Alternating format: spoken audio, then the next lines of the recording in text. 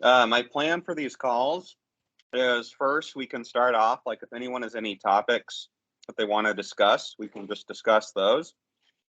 And then after that, or if no one has any topics they'd like to discuss, we can go into some type of a discussion of like a piece of like a poem or a book or, a video, an article, whatever the topic is for the week. So I've selected a poem for this week, but first I'd like to open the floor to you guys. So if you have any things that you guys would like to discuss.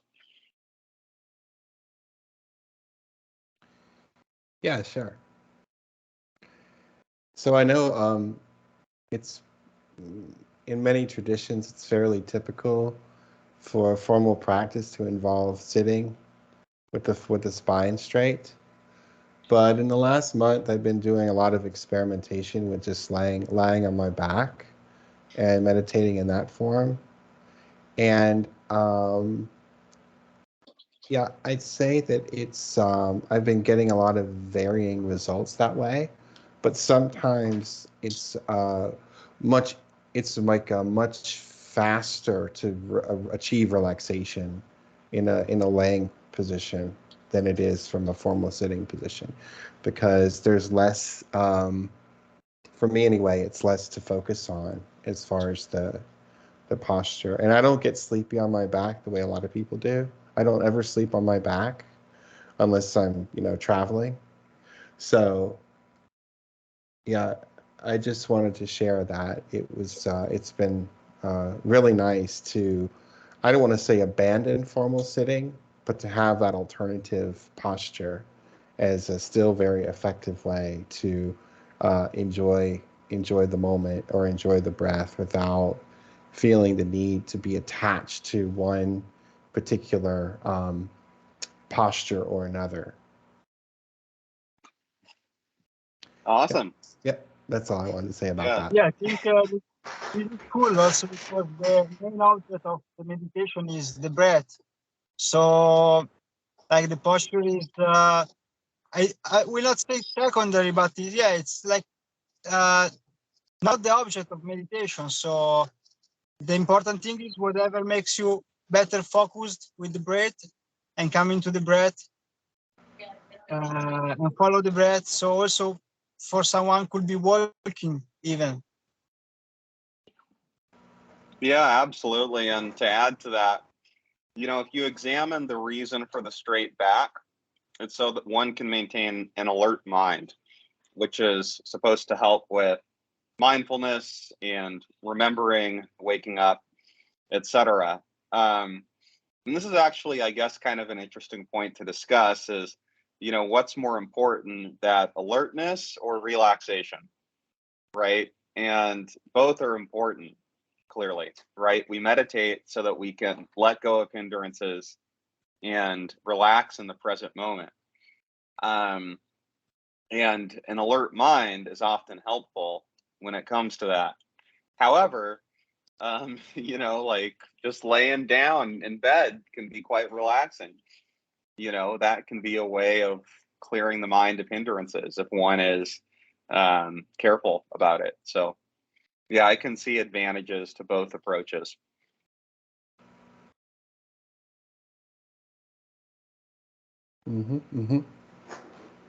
Yeah. So, yeah. Anyway, it's been And it's been nice to be able to experiment with it and not feel so attached to the same, not routine, but the same strategy, I'll say. Yeah. for sure, I find like I like to sit in a chair, like usually a comfortable chair of sorts. And I find that's kind of like a middle ground, because if I sit on the cushion and do the straight back thing, I can find it quite uncomfortable. And so the TM people teach sitting in a chair, like that's their, you know, version, and they don't really harp on a straight back. I think the language they use is "don't be a statue." We're not aiming to be statues when we meditate. Um, and so I find like removing discomfort and pain to be helpful with meditation. And then the question about laying down is, like, does that relax the mind so much that, like one doesn't have the alertness to, properly concentrate? And it probably depends on the meditator, It does, and it depends on the day, but I don't find Yeah. that to be true. I think maybe if I stopped for a number of months and went back to it and tried lying down first and then sitting, tried lying down, it might be more distracting. But my practice is fairly consistent on a daily basis, so I don't find it to be too difficult to maintain an alert situation or state. No, not at all. Yeah.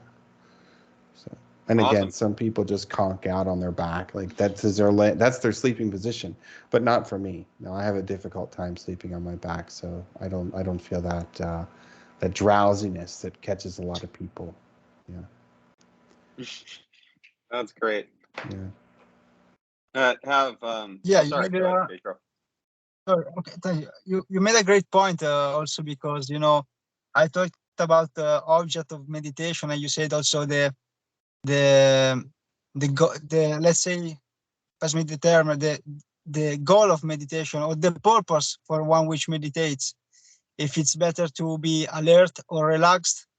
But also one could say there is like the big let's say, the big box. It is like, why, what's the purpose of meditation, and on the other side there is like the side, why do you personally meditate?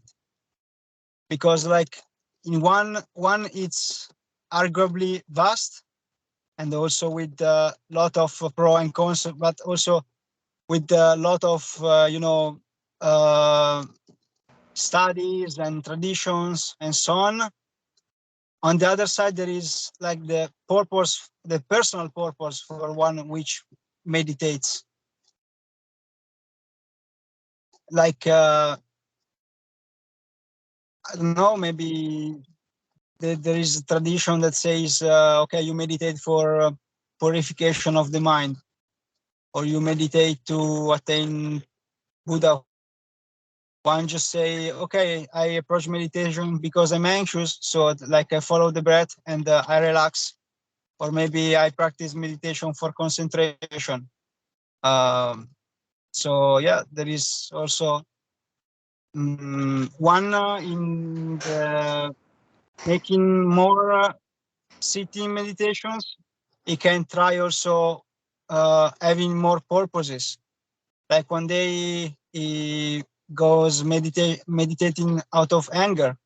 One day he just want to practice getting better at not distracting himself, following the breath. So it's good that you can also try more approaches. One day lay on your back, one day sitting, one day on the train, one day perfectly straight with your spine straight. So this is also the playful part of meditation, I think. That's a great question, Pancho, to ask. Why do you meditate, Robert? Why do you meditate?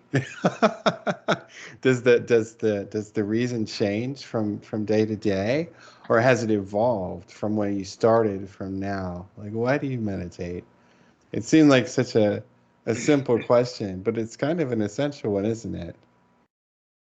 It really is. Mm. And meditating just for, like the rite and ritual of meditation, I think that's why a lot of people do it, is they read, this is good for me. They hear from other people, this is good for you. And so they think, oh, I'm going to be a good little boy or girl, and I'm going to do the thing that's good. And then they sit and they're frustrated the entire time, right? And that happens a lot. I'd say for me, that's actually kind of how I started meditation is, oh, Mm. successful people do this, and I want to be more successful. So I'm going to be more successful by meditating. Then once I got into the practice, the purpose changed. And I'd say it probably even continues to change, even if it's only in small ways. You know, but I think, anything that gets you on board is pretty good, you know? So, even if like someone is meditating so they can be like a tech billionaire sort of a person, hey, at least they're meditating, at least they started the journey. And I think it's better to start the journey than not to start the journey. So, like for me, why I meditate, like I just meditated, right before this, is I find like when I do that, I build up like kind of a wellspring of joy and, centeredness. And then that allows me to be more skillful throughout the day. So, like my own version on it is I don't think meditation is only for the cushion. It's also for the cushion because it's just enjoyable to meditate. It's nice, but the off the cushion benefits are super important. And I notice I'm kinder to people. I'm kinder to my wife. I'm kinder to my family. I'm more attentive at work. In general, I just feel it kind of upgrades me. So as a human when I meditate, and I generally have more mindfulness throughout the day. So like the days when I meditate are pretty much universally better than the days when I don't. And how I respond to stress too is a really big factor. Like if I'm meditating, I'm more likely to respond to stress in like a constructive and positive way instead of like maybe an anxious or fearful way. Because I feel it's a great way also just to like, condition your stress response. But I've even found like I also tend to be luckier on days that I meditate. So, like better things tend to happen to me. I don't know why that is. Maybe it's just I'm more positively biased. It's like one of those cognitive, biases, confirmation bias, where you're in a more positive state. So you view your day more positively. But for whatever reason, better things seem to happen to me on days that I meditate than days that I don't meditate. So yeah, those are some of my thoughts. I don't know. How about the rest of y'all?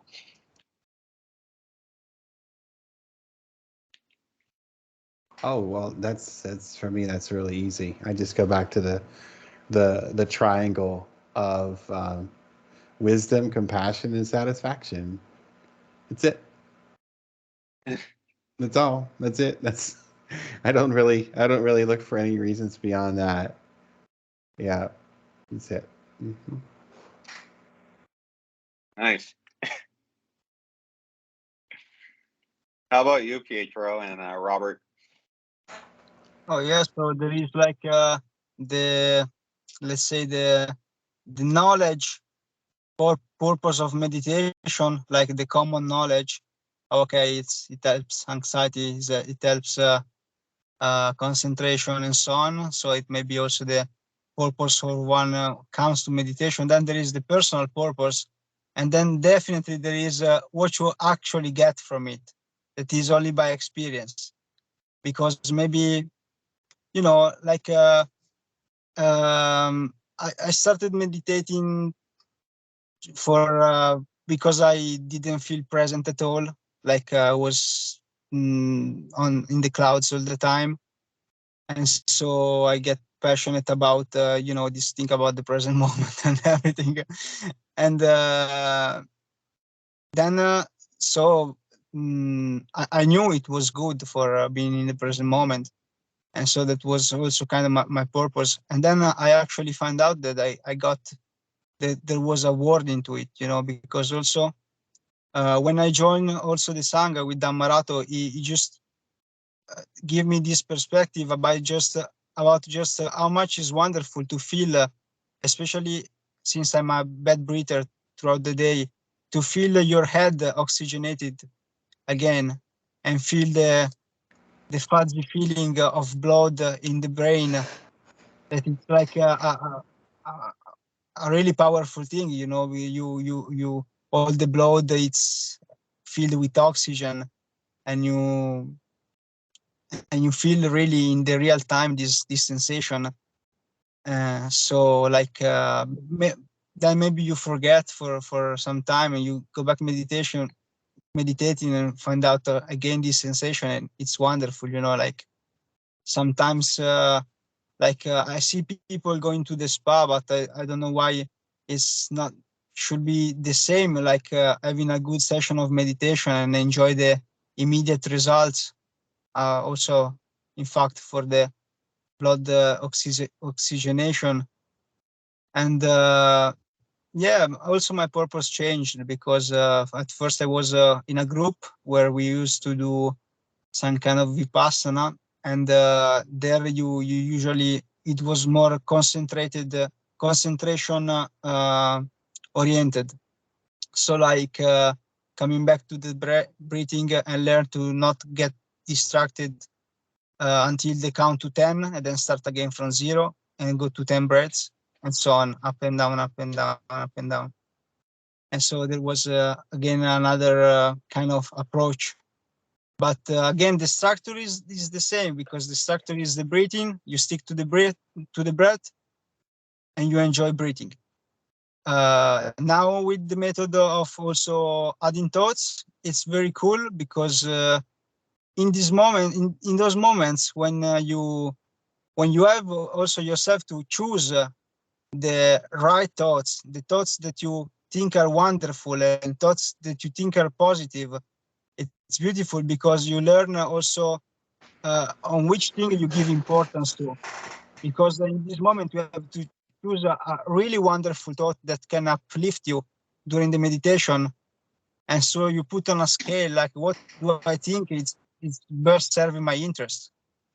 And so you discover also yourself, maybe, yeah, you discover that thinking, I don't know, you say to yourself, I'm useful, something like that. And you say, okay, it's nice to feel useful sometimes. This thought uplifted me. So you experiment also with this thing. Oh, sorry, I talked too much. No, carry on. Like, if you have more to say, like, just go ahead. This is an open forum. Yeah, so the purpose may change, and also what you get out of it could be not the purpose, but something better than the original purpose. Something you Sure, discover totally. along the way. Yeah, absolutely. And the point about wisdom and gaining wisdom, I think, is really important and underappreciated. You know, like for me, I'd say, like, the wisdom I gain from meditation is by gladdening the mind, I am able to act more wisely, throughout my daily experience, right? And, like, the question of also, like, what is wisdom, is an important question, right? Is wisdom just something practical? Is it theoretical? Like, another type of wisdom I gain from meditation, and this is kind of a funny version, but is like just like coming up with ideas. Like, I tend to come up with really good ideas when I'm meditating. They just kind of come out of the ether, you know. And I once met a Tibetan Uber driver, and he had a picture of the Dalai Lama. So we started in his Uber, and so we started talking about Buddhism. And he told me his wife meditated 1 hour a day, and she was the source of all the good ideas in the family for doing this 1 hour a day meditation. Like, she would just come up with ideas, and they would usually be quite helpful.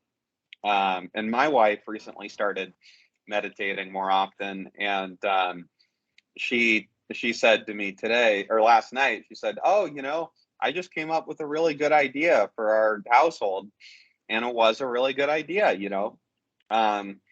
So it is kind of amazing how gladdening the mind, can have these effects of just helping one to be more creative, and yeah.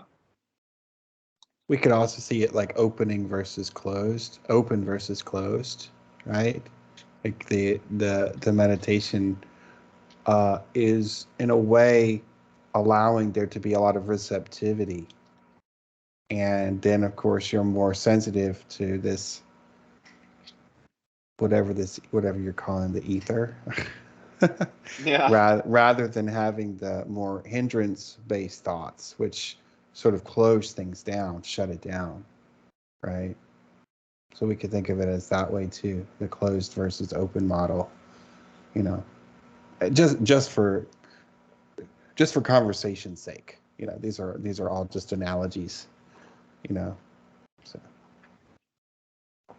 Yeah, totally. And one thing I've been paying attention to more recently is how I feel when I'm joyful and acting from a state of acceptance and happiness and a gladdened mind, essentially, versus, say, like a doubtful, fearful, anxious mind.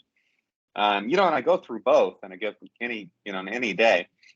And the state of feeling joyful and happy is one where I feel more relaxed. I feel more of a sense of expansiveness and more open to experience. And I think, like you were saying, Rick, like that openness can lead to creativity and better ideas, whereas closedness, which is how I feel when I'm, or tight, like when I feel anxious and fearful, I feel like a tightness Mm-hmm. and like a general like narrowing of my perspective.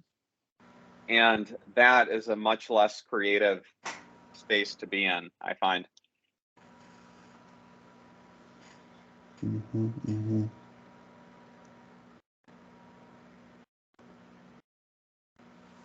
Yeah. But yeah, so anyway, well, let's carry along now. Unless do you guys have anything else to say or add or other topics? I No, will I was just just curious say to hear that, about that. okay.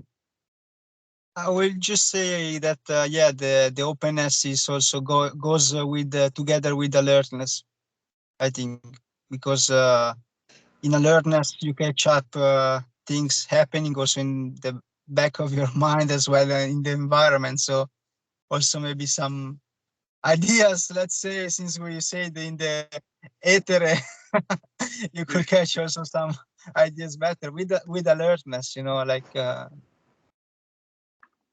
intuitive thoughts going on that with closeness you also can contribute also to anxiety.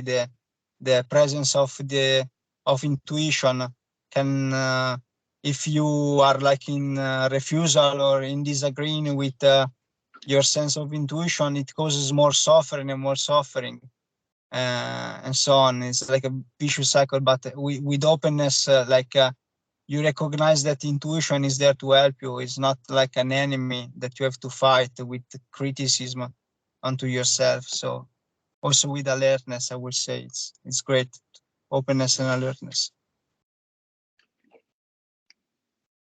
Yeah, totally. And I think it can be kind of an oxymoron, but I feel like a successful meditation results in a relaxed alertness, right? Because relaxation can seem like the opposite of alertness.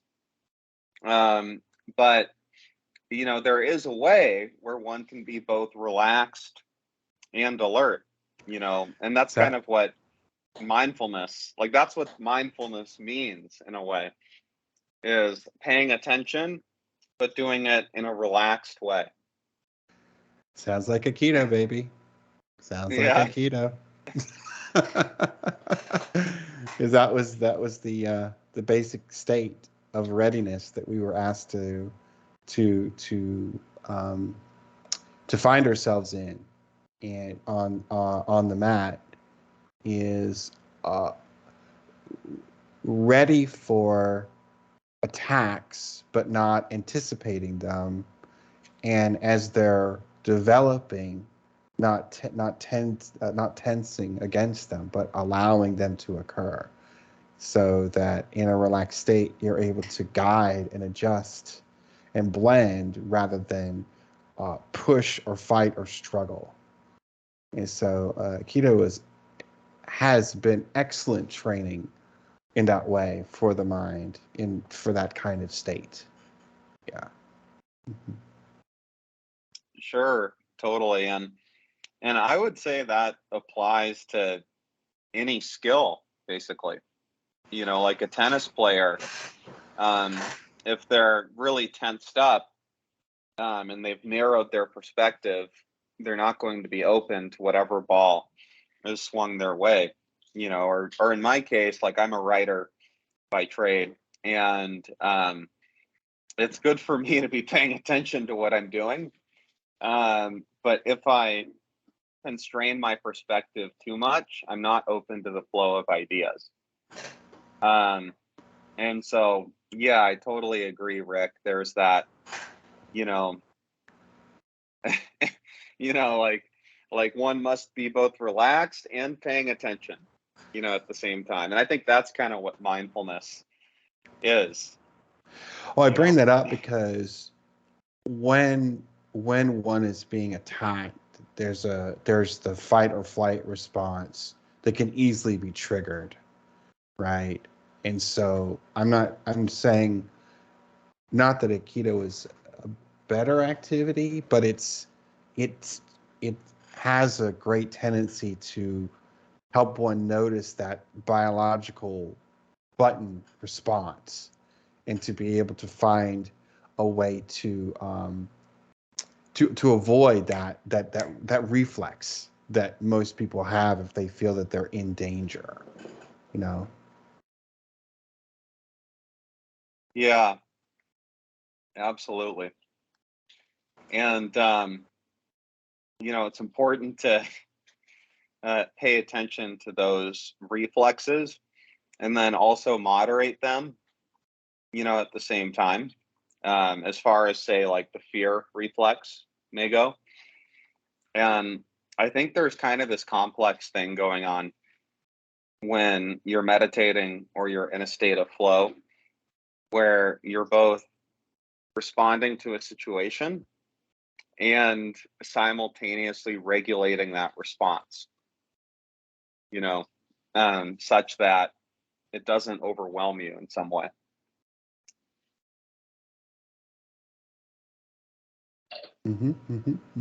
Yeah. And then perhaps over time, and this is, I think, like the conditioning effect of meditation, the response gradually becomes less overwhelming. Like, probably, I would imagine, like that beginning Aikido student, the response is quite overwhelming, right? Oh, well, you're really tired the first few months because first you're learning how to fall, so you're resisting the floor or the ground. And secondly, every time someone is coming to you, you're responding in the more like natural way, which is to fight against them. The more skilled practitioners, they are barely breaking a sweat because they're able to move in just the right way with exerting very little effort. So Aikido is one of those one of those martial arts where you start off getting really good exercise, but the better you get, the less exercise you actually do. So by the Yeah. after 15 or 20 years of it, unless they're really throwing everything at you they have, you're really not doing very much, but you're doing just enough at just the right time. Yeah. It's Sure. kind of funny. Yeah, it's kind of funny. Yeah, I've noticed I'm a part of this other Sangha, the Steve Snyder one I've mentioned to you, Rick. Mm-hmm. And they have this course that's been ongoing that I've been taking about the Brahma Viharas. And equanimity is one that's been really important to me since my child was born, 7 weeks ago. Like I find like I'm sleep deprived, my wife is sleep deprived, there can be a crying baby there, and I have to maintain my cool in that situation, because if I don't, it will negatively impact everyone around me. Sure. So I find like equanimity has been really critical as far as the Brahma Viharas go, into maintaining my family harmony.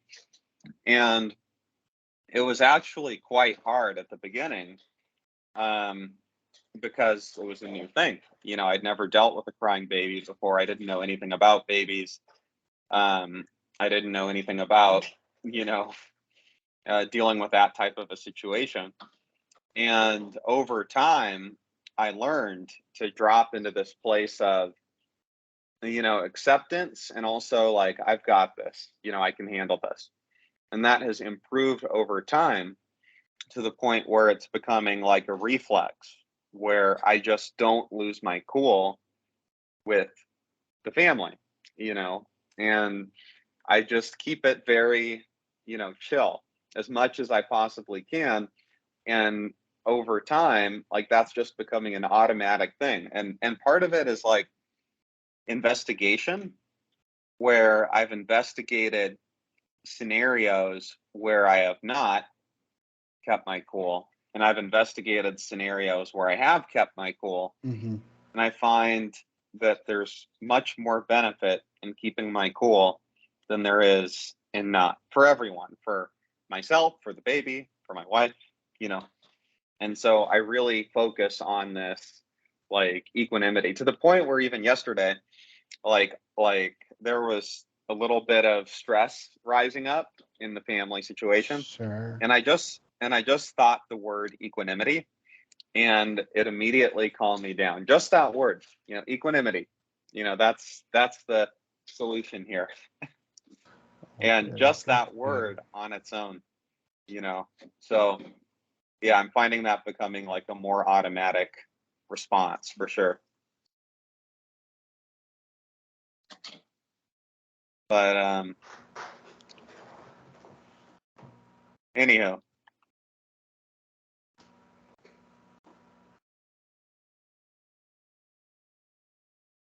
Yeah, equanimity, because I think that equanimity also is like a place that it's not like how to call a pedestal, but it's like more a very deep pool, and you go deeper each time. It's not like you know, the floor is lava that you jump on the sofa. Equanimity, because in the meantime, like, this equanimity is like you assist things that maybe also in the first time that there was like some tendency to react. The second time something similar, you say that you're a bit more relaxed in the face of that adversity. So like yeah, the beautiful thing we follow in the Dharma is that one when it's interested and commits to have it part of his life, like he like says to himself, like, okay, I know what's wrong, and I will not do it again. So like from now on, I will get better. So when I jump to equanimity, there is like this shield, you know, that says I will get better. If this time there was a slight thing of reaction, next time less.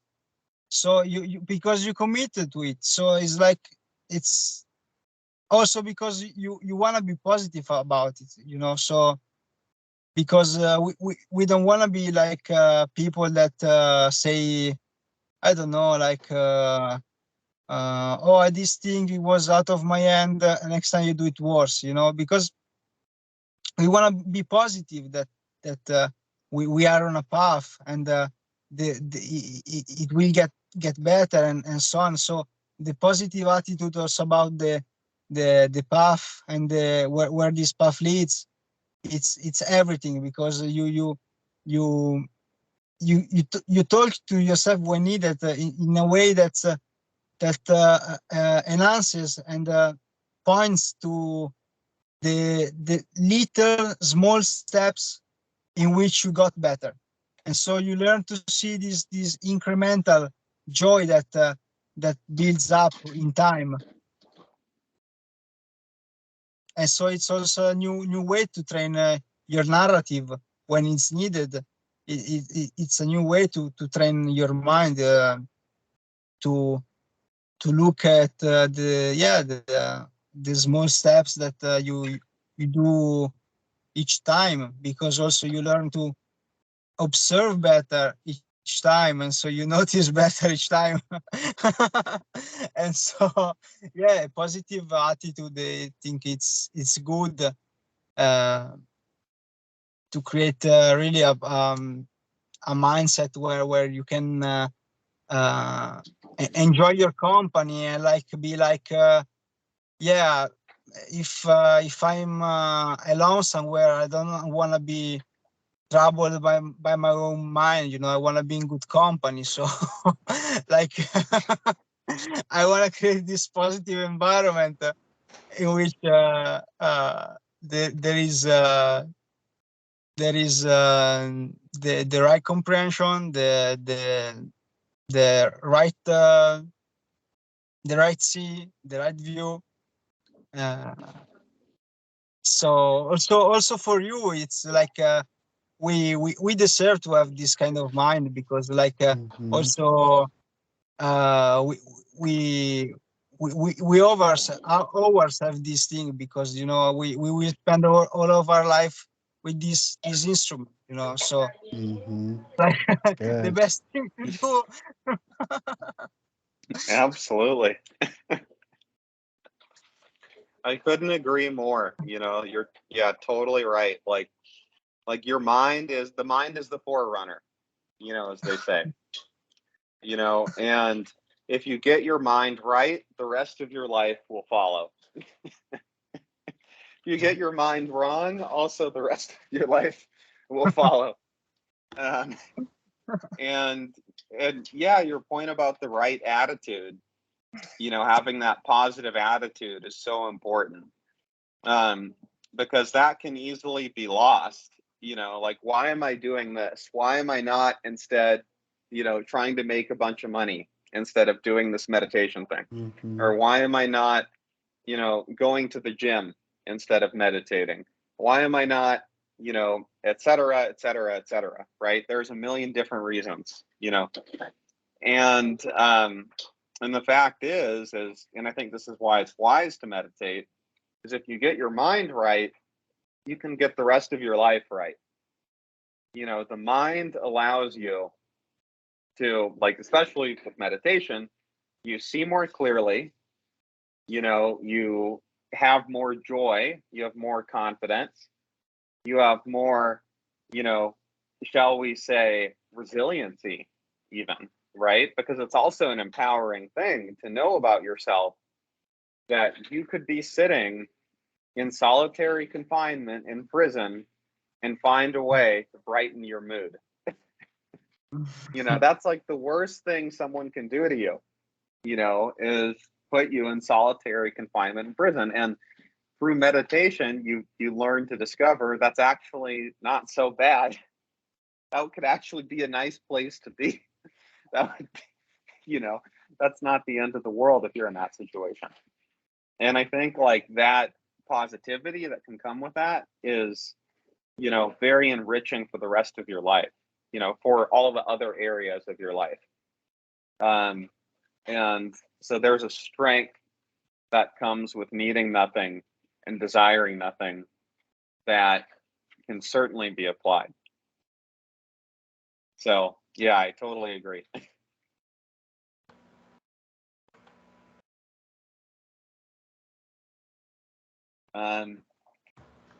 Any of you guys, we got more topics, or we want to dive into the poem here? Yeah, let's look at the poem. Yeah. Great. And Pietro? Yeah, agree totally. All right. Well, let's do it. Okay. One moment. Here, I'm going to share my screen.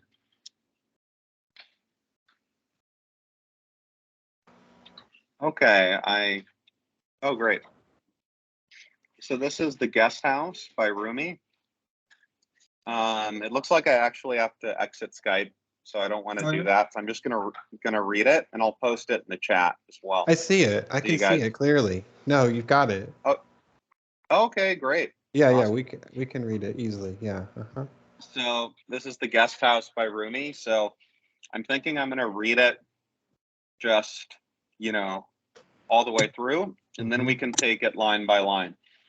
So this is The Guest House. Let us begin. This being human is a guest house. Every morning, a new arrival. A joy, a depression, a meanness, some momentary awareness comes as an unexpected visitor. Welcome and entertain them all, even if they are a crowd of sorrows who violently sweep your house empty of its furniture. Still, treat each guest honorably. He may be clearing you out for some new delight. The dark thought, the shame, the malice, meet them at the door, laughing, and invite them in. Be grateful for whatever comes, because each has been sent as a guide from beyond. So, before I get into this, I just want to say there's multiple ways that we can read this poem. So, there's a critical approach, which focuses on, dissecting it, analyzing it, generally being more critical. There's a generous approach, which focuses on finding insight and being quite charitable with how we read this. And then there's also kind of like the Dhammic approach, which is like, what is the relationship of this to the Dhamma, right? So I think all three are pretty useful. And since this is a Dhamma call, I'm going to focus more on the Dhammic approach. But there are ways that we can read into this that are critical, and there are ways we can read into it that are generous and say, well, Rumi may have meant this. We'll never know for sure. I don't know if you all are familiar with Rumi, but he's a 12th century Iranian poet. And he was a mystic, Sufi mystic, and he has many beautiful poems about spirituality and love and friendship and many other such topics. So, I tend to be quite generous when I'm reading Rumi. But I think it's important to also keep in mind there are other interpretations of this poem too. So, anyway, I guess we can start with like the first two lines. This being human is a guest house, every morning a new arrival. So if we're to apply this, from a Dhamma perspective, one could say, well, this is anicca and also anatta, at once. So the guest house approach is total non-self, right? Because what is a guest house but a changing organism, right? It's a hotel. It's something that is constantly having new members, and old members leaving, and the composition is shaky, which from a Dhamma perspective, that's kind of like the five aggregates, right? Like the Buddha says that there is no self. Instead, we are five aggregates of various causes and conditions. There's the physical, there's the mental, there's the karma, there's two others I don't know, which I should know before I doing a Sangha call. But the bottom line is, the self is this changing, inconsistent organism. And any idea of a fixed self, doesn't really exist. And that's really what Rumi is expressing in these first two lines here. And, the every morning aspect is kind of a poetic flourish, because it's really every morning, every 10 a.m., 10:01, 10:02, 10:03, 10:04, 11 a.m., 12 a.m., there's always a new arrival, right? So that's kind of a poetic flourish there. But anywho, the bottom line is, he's basically saying the self is a changing, unconstant entity. So also, if you guys ever want to jump in, like, feel free, if you like read a line differently than I do, and you want to express that, like, just feel free to jump on in, or if you have any questions, etc. So, carrying on here, a joy, a depression, a meanness, some momentary awareness comes as an unexpected visitor. And I think this has a lot to do with both anicca, like the inconstancy of things, but it also has to do with, from a Dhammic perspective, the Buddha talks about the four imponderables, right? And one of them is understanding the way that karma works, right? Like understanding the karma machine. We don't know what's going to happen. We can't understand the future, right? All we know is the future will be different than the present. But what the future will be, we can't say, right? And so that's where the unexpected visitor aspect comes in. And when Rumi is talking about the different emotions here, joy, depression, meanness, this is anicca, and I'm sure, I don't know if you guys have had these sorts of moments. I know I have, certainly, of thinking, okay, I'm joyful now, I can be joyful forever. Or, oh, I'm so depressed right now, I can be depressed forever, etc. And that's never the way life is, right? And the way that these different emotions will manifest is not predictable, because life is not predictable, right? I could be very happy, and then I get in a car accident and I'm not so happy. It's hard takes a lot of sati to be happy during a car accident. So, there's there's this unexpectedness, and however much we master our minds, there can always be new situations that come our way. So, and I think one thing I found in my practice is the more I've paid attention and watched my own, causes and conditions unfold, essentially, like I have found there will be more predictability. Like we were talking about equanimity, right? Like when I am equanimous, I notice when there's stress in my family environment, my household, that things will turn out better. When I don't have equanimity, they turn out worse. So then we can kind of adjust the course a little bit, to match, whatever the desired outcome may be.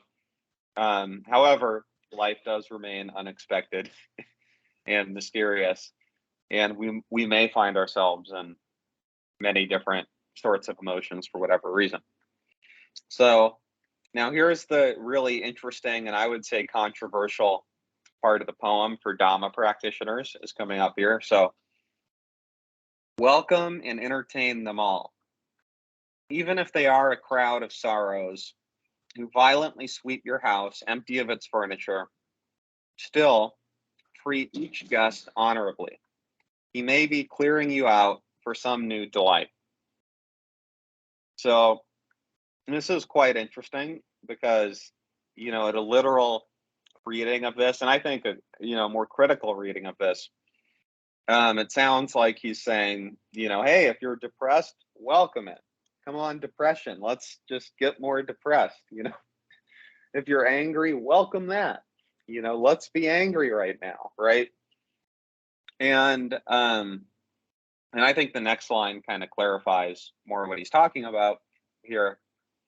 But I think, like, one thing I've noticed in my own practice is, as I've investigated more and been more mindful of my emotions, I've found that I'm more friendly towards my unwholesome moments and thoughts, where, if I'm angry, it's like, oh, there's that anger again. I've done that one 1,000 times, right? And so I feel more comfortable with it.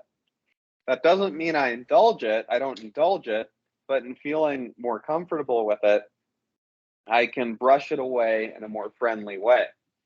So I think a charitable reading of this is, and this is similar to what Pietro was talking about earlier, saying, I'm going to act, in a positive way in this situation. I'm going to take a positive attitude towards this pain. I can do this.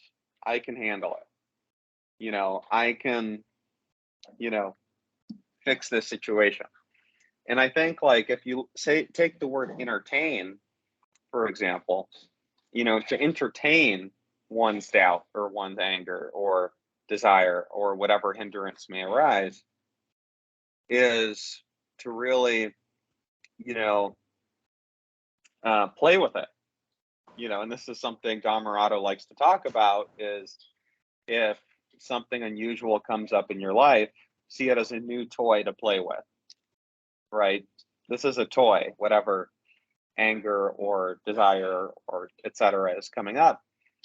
And that's a way of dropping out of alarm and anxiety, and that, like, I'm so righteous, I have to be such a good meditator status, and instead dropping into this place of, I can handle this. This is just a toy.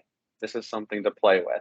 This is something to work with, right? And I think, by welcoming and entertaining one's, unwholesome moments, you're in that moment detaching from them, right?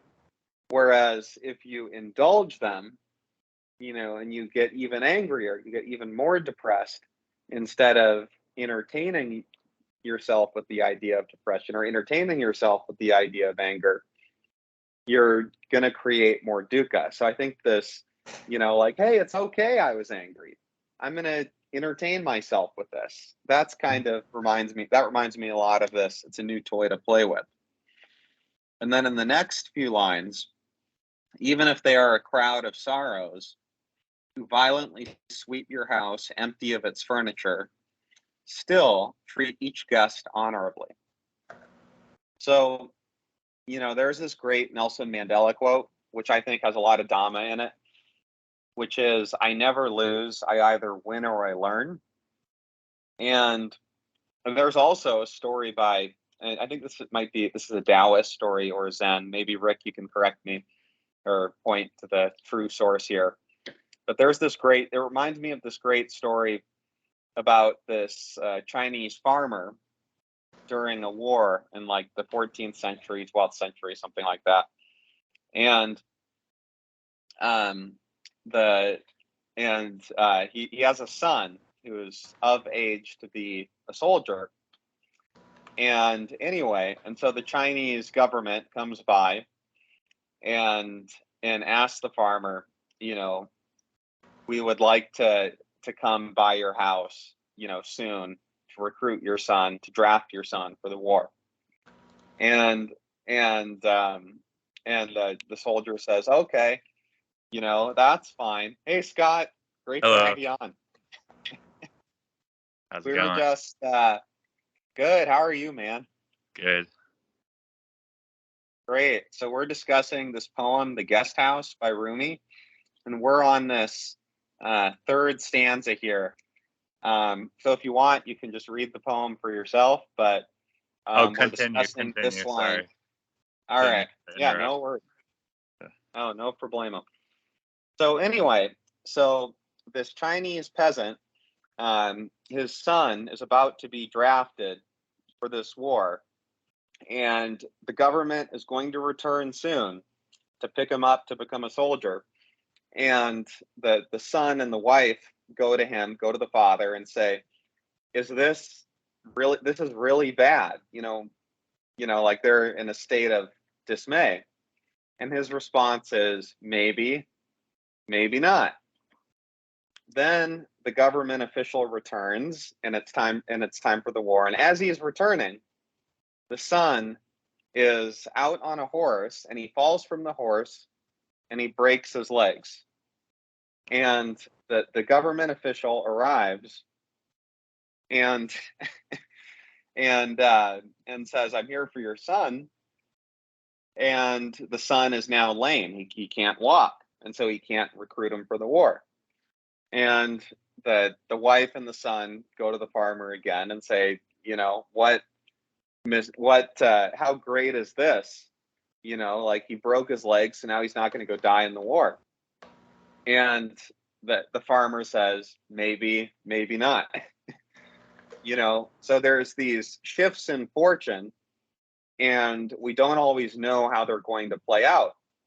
So when it says, even if they are a crowd of sorrows who violently sweep your house empty of its furniture, still treat each guest honorably.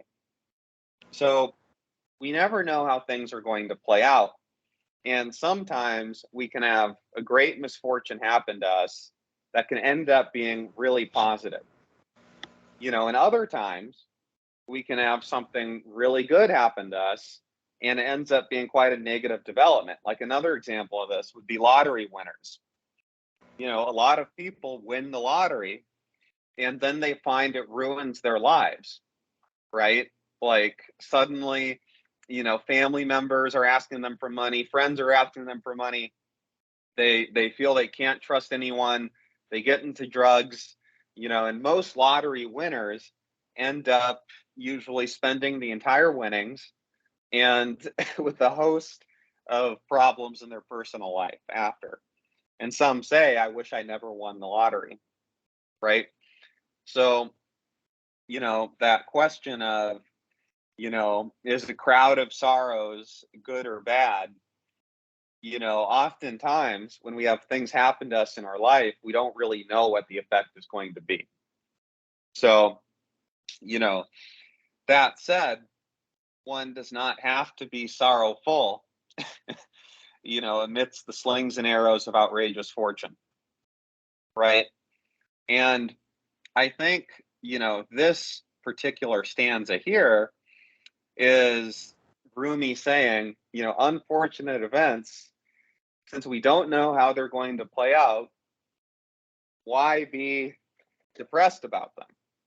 And having a house empty of its furniture could be quite a good thing, because that could be what brings life into your house. That could be what brings joy into your house, space. That could be a really positive thing. So there's also a line here of still treat each guest honorably that I think is also quite valuable in terms of having respect for one's own situation, right? And like, the word honor is really interesting, because it implies kind of a respect, right? And respect has both like a gratifying and generous side to it, and it also can have kind of a cautious, attentive alertness to it, right? So if the president is coming for dinner, you want to treat him honorably, which would mean with generosity and kindness, but also being attentive to whatever may occur. So I think this question of, how to treat one honorably is kind of interesting, and something that could be a whole Dhamma talk on its own. But, whether it's a crowd of sorrows or a crowd of good fortune, regardless, treat it with honor and treat it with mindfulness. And I think that's what Rumi is saying here, as well as an openness to however our situation may change. So moving along here to this last line of this stanza, he may be clearing you out for some new delight. And that is really about having that right attitude of, hey, isn't it so great my house is empty now? Isn't it so great I lost everything? Now I can fill my life with something better, right? And maybe that lottery winner that ruins their lives, like, maybe now this is a moment where they can be clear, about what really brings them joy in life, right? Like, by going through that whole roller coaster of first being broke and then having a ton of money and then being broke again. Now they can gain clarity on what really brings them joy, what types of relationships they would really like to have, etc. So moving on to the next stanza, and I think this is totally in line with the more generous reading of this poem, is the dark thought, the shame, the malice. Meet them at the door laughing and invite them in. And so I think this is where Rumi is really taking that attitude of the lion, that attitude of, I can handle this. You know, oh, a dark thought, ha ha ha. You know, I got this, man. And it's not saying focus on your dark thoughts, right? It's saying if you have a dark thought, aha, Mara, I see you. You know, laugh at that. And in doing so, you are changing, you know, from the unwholesome to the wholesome in that very moment.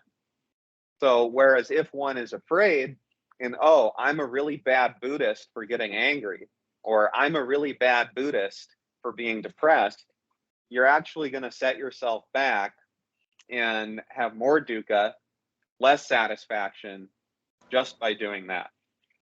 So, this, I think, is where, by saying, like, there's a song by East Forest and Ram Dass, and it's called Dark Thoughts. And I really recommend checking out this album of like Ram Dass and East Forest, because there's some really nice tunes on there, some nice beats. But one of Ram Dass's little mantras in there is love your dark thoughts. And he's not saying like go be like a serial killer or something like that, but by loving the fact that you're alive and you can have these thoughts and saying, you know what, I love the fact I'm having dark thoughts, that instantly you're tricking yourself in that moment and you're switching yourself from unwholesome to wholesome, you know, just by moving from the frequency of dark thought to the frequency of love. And then you realize, wait, I'm not even having any dark thoughts right now because I'm engaging in love. And then that is a way of getting rid of your dark thoughts. So it's like a little trick, you know, of, hey, welcome the dukkha, welcome the suffering. I can handle it. You know, that's fine. And that's also the approach of equanimity. So there's a lot going on there. And I think Rumi is kind of trying to trick the reader into being happy. Kind of like Ram Dass in that song, which I can post in the chat as well. So now for the last stanza here, be grateful for whatever comes, because each has been sent as a guide from beyond. And this is very mystical. And Rumi was obviously a mystic that believed in God. And, you know, his version of God is not really like the normal definition. I don't think he, you know, believed in God the judge, the old man sitting on the throne, judging people. But if you read his other poems, he seems to have much more of an approach of, we are all one, you know, beautiful song that is, you know, playing its notes. And that's just great. You know, that's love. We are all part of love, right? And, you know, it's interesting. I've heard it said before that, you know, one thing Christianity does focus on a lot more than Buddhism, and Rick, you and I have had a conversation about this before, is love. You know, in the suttas, there's a lot about metta and loving kindness, but not specifically the word love, right? It's not like the Buddha is saying, go forth and love everyone, whereas that's something Jesus was more known to say, right? And it doesn't mean the Buddha is anti-love, but the word loving kindness tempers this attachment that can often come about in love. And given that we in the West focus so much on romantic and familial love, both of which are heavily burdened with attachment, you know, we tend to view love as a type of attachment. right? And loving kindness, by adding that word kind or kindness, that tempers the attachment aspect. And I think that's the reason for that translation in part, you know. But anywho, this question of getting back to the poem here, be grateful for whatever comes, is, I think, like in my practice, you know, and I've been studying the Dhamma for like 12 years, you know, for a while. Like I find like in the spiritual approach to life, one sees their obstacles and their setbacks as learning opportunities, you know, of like, hey, this bad thing that just happened can make me a better person in some way, even if I really screwed up personally. And I've had plenty of times like that, as I'm sure everyone in this call has. And so engaging in an act of gratitude is, in my opinion, like that lion's attitude of, hey, isn't it great I'm learning so much, instead of I'm such a failure. You know, because the student, the reason they're a student, they call themselves a student, is because they're failing. They haven't mastered yet. You know, they're studying. And studying an investigation involves messing up. It involves failing. It involves having gaps in one's knowledge and being cognizant of that and self-aware. You know, and it's when one starts to call themselves a master that they close themselves off to that awareness, you know, that learning. And then the ego emerges, and they might not be so grateful for whatever comes. You know, and so some really good teachers out there will often say, I'm not actually a teacher, I'm always a student. You know, I'm always learning. And that's a way of saying I'm always investigating. And the wholesome approach to that is being grateful for whatever comes. You know, maybe the sorrows that clear out my house are going to open my house to be a really nice meditation spot. You know, right? So there's a lot there. And then for the final two lines here, because each has been sent as a guide from beyond. Now, this is very interesting, and there's multiple ways of looking at this. You know, Rumi was a Muslim, he was a Sufi mystic, and he believed in God, right? So one very literal reading of this is God is sending us these various events to learn from, right? But, you know, a more charitable or Dhamma approach to this same text, you know, Rumi would probably agree with this too, is that, you know, beyond is just the incomprehensibility of reality, right? It's the karma machine. It's the oneness of life. It's the four imponderables, as the Buddha says, right? You know, which include, you know, we can't understand the way the karma machine works. So, you know, however, being grateful for what's coming because it comes from what's beyond, that can sound kind of theistic. However, you can also look at it as a love for reality and a love for life itself. You know, an acceptance, a love, a joy, and recognizing, wow, isn't it so great? I don't know why everything is happening. Isn't it so great? I don't know what's going on. You know, so I can just sit and enjoy, and it remains a show. It remains a spectacle. And the beauty of that is something we can sit in a tremendous appreciation and gratitude for. And I believe that, you know, that sense of awe and wonder is very fulfilling. And this is from my investigations, and something we should be grateful for. And so another way of reading this is be grateful for the sense of awe and wonder that we don't know what's going to happen. You know, isn't that just great? We can just keep entertaining ourselves with the slings and arrows of outrageous fortune or misfortune. So So that I find a really beautiful approach. So yeah, I love this poem, and it came quite naturally as a first sort of a reading to focus on. So yeah, that's my little spiel there. Do you guys have any questions, comments, etc.?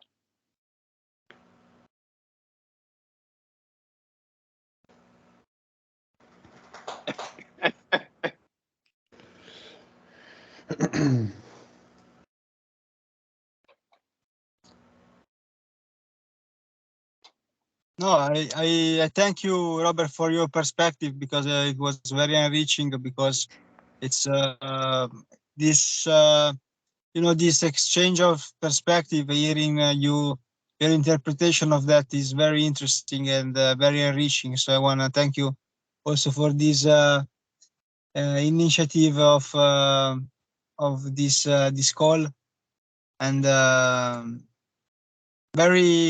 found really enriching hearing your interpretation of this poem. It's very different from reading it alone. So hearing somebody else else's thought and perspective about it is very, again, enriching. So thank you. Sure thing. Thank you, Pietro. I really appreciate your being on this call. This is my first call, so I'm testing the waters here, and I'm enjoying it so far. I'll say something about this. It feels like Rumi is playing with both a very localized, mundane perspective versus sort of an ultimate perspective. Just using words like joy, depression, meanness, sorrows, violence, shame, malice. These are all concepts that, from the limited day-to-day mundane perspective, we can understand from a hindrance or from an ego. But it feels like the poem is trying to push people towards a more of an ultimate experience of this all, and trying to expand their concepts beyond these small, fear-based types of things. So yeah, I like that. That's what they're trying. And of course you have to use language and you have to use concepts in order to do it. But it's it's just it's excellent to see someone do what's so difficult to do, which is try and move someone into an experiential state using mundane, commonplace symbols like language, right, and concepts. Yeah. Sure, totally. And yeah, Dhammarato talks about the 1-2 approach, right? A teacher will meet the student where they are, and then try and get them to take their thinking to the next level, right? And like Bhikkhu Buddhadasa, remember Dhammarato told me about this, was famous for using a really vulgar, mundane language in talking about the Dhamma. The hope being that he could reach everyone, right? And Rumi, I think, is actually the most popular poet in America today, which is hilarious that a Muslim from the 12th century would be so much more resonant with people than any modern American poet. Any homegrown poets. Yeah, it's amazing. It really is that he wrote this so long ago. And part of that actually is thanks to the translator, Coleman Barks, who went and took Rumi's original poems, and really modernized and freshened them up for the modern audience. So he did benefit from a really good translator, but nonetheless, the core message is his. And I think Rumi does a great job of using mundane language and not using language that is too fanciful, or literary, which is, one of my problems with modern poetry, is it can read like a intellectual dick swinging like contest. like a thesaurus. Yeah, basically, and so like I wrote in my fair share of poems, and I try to take like a more Rumi approach of making the language really grounded and, simple and easy to understand. And I find that to be a lot more effective. And a lot of great writers actually do that, where they will use like simple language and do it in like a clean and concise way, that can deliver profound message. Like Albert Einstein and he wasn't a writer, obviously. Well, kinda. He was a little bit of a writer, but not a professional. And he was famous for saying that if you can't explain something to a 7-year-old, it means you don't really understand it, right? And I think that like clarity and simplicity is something that we should aim for in our communications in general. And I think that's a big reason why Rumi has been so popular, is the clarity of his thought, right? And also, like you said, Rick, he is kind of playing with the reader. Like when he says, the dark thought, the shame, the malice, meet them at the door laughing and invite them in. He's not saying, like, isn't it great to have dark thoughts? And he's kind of saying that in a way because he's saying laugh at it. He's not saying, though, explicitly, hey, get rid of these dark thoughts, have better thoughts. By saying you can laugh at it, that's a way of saying the exact same thing, but in a really like experiential and, shall we say, practical way of saying, hey, you can just laugh at that. Well, it's about Right? accepting it. It's all about accepting it rather than trying to resist it. It comes to accepting it. And if you invite someone in, then the faster you invite them in, the faster then they'll want to leave. Then if you push them away, like push them at the door, they're going to fight to get in. You can think of it that way too. Right.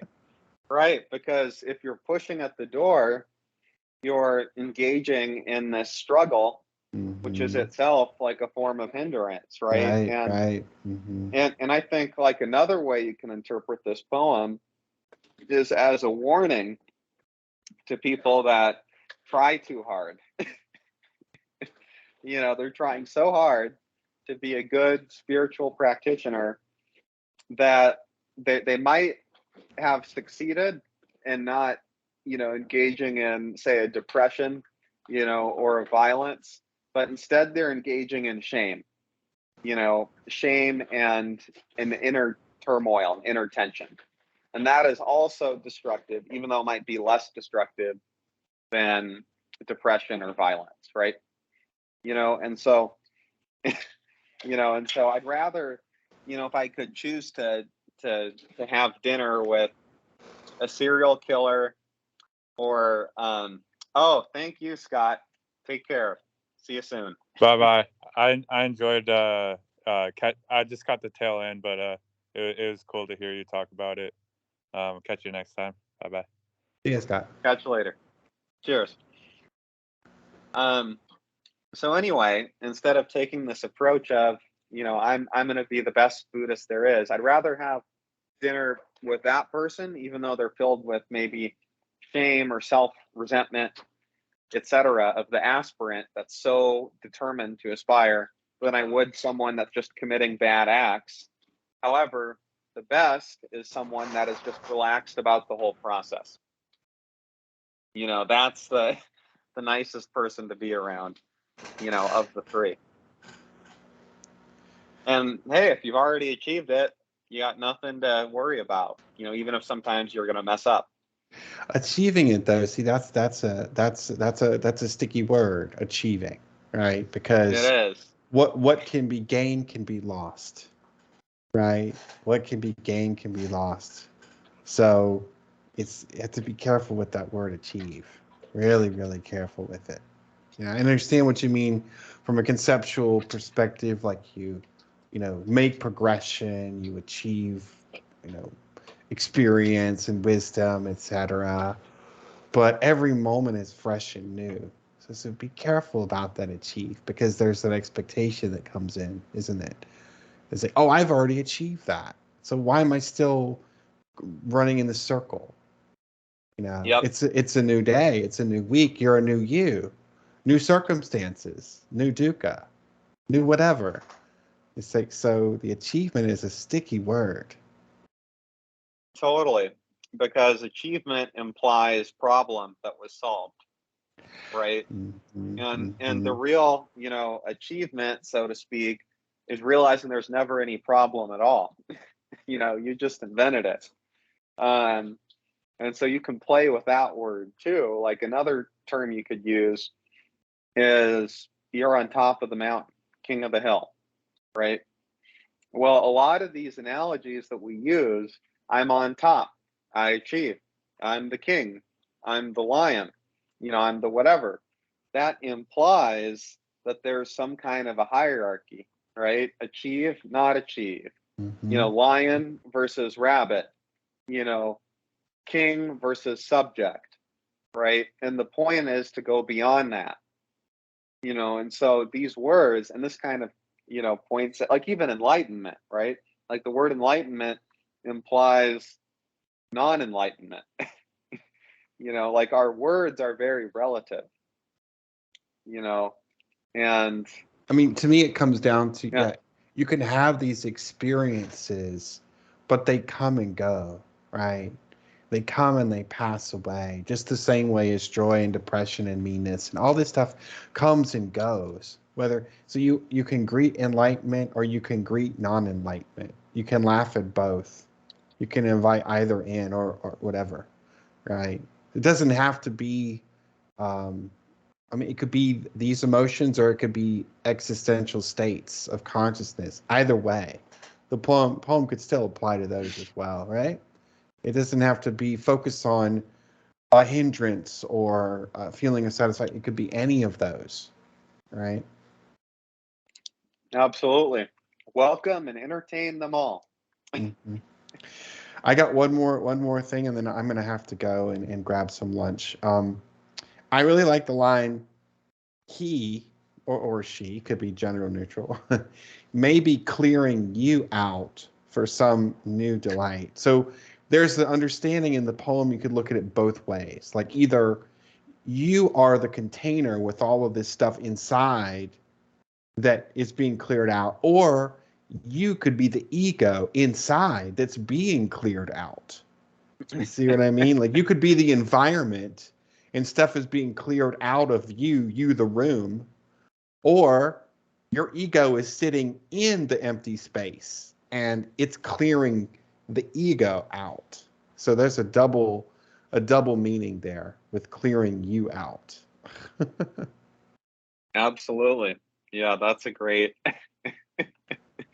that's a great way to put it. Thank you. And clearing you out can also have positive and negative valences, right? And what he's saying by for some new delight, one can say, isn't it great not to have anything anymore, right? Isn't that just great? Now something new can come in, and that's marvelous, right? And then clearing you out can also mean like, getting punched in the face, right? Hey, you've been cleared out. So there's like multiple valences and, unfolding meanings for sure. But anyway, I think that's like a great note to end on. We've been going almost an hour and a half here, which is awesome. But does anyone have like anything else to say or any thoughts? Yeah. Oh, just a joke that came to my mind right now is, since the human being is a guest house, like it's better to be present in it when let's say a visitor comes. Be present to open the door. Yeah. I like it. Yeah, be present. Yep. Get ready to clean the floor in case something happens. All right. Awesome. And Rick, any last thoughts? No, I really enjoyed this. This is a really great time for me to jump in. This Monday at 3 is excellent. It's just after I finished with my class, maybe half an hour afterwards. It gives me a little time to do a quick mindfulness practice, and then it's nice to jump on and discuss these different topics. So I like this time, and yeah, I'm appreciate what you've decided to do here, Robert, with this. Yeah. Thank you. Thank you both so much for hopping on. And yeah, I'll see you guys soon. All right. Bye, guys. All right. Take care. Okay. Enjoy. See you again. Bye-bye. Bye. Cheers. Bye.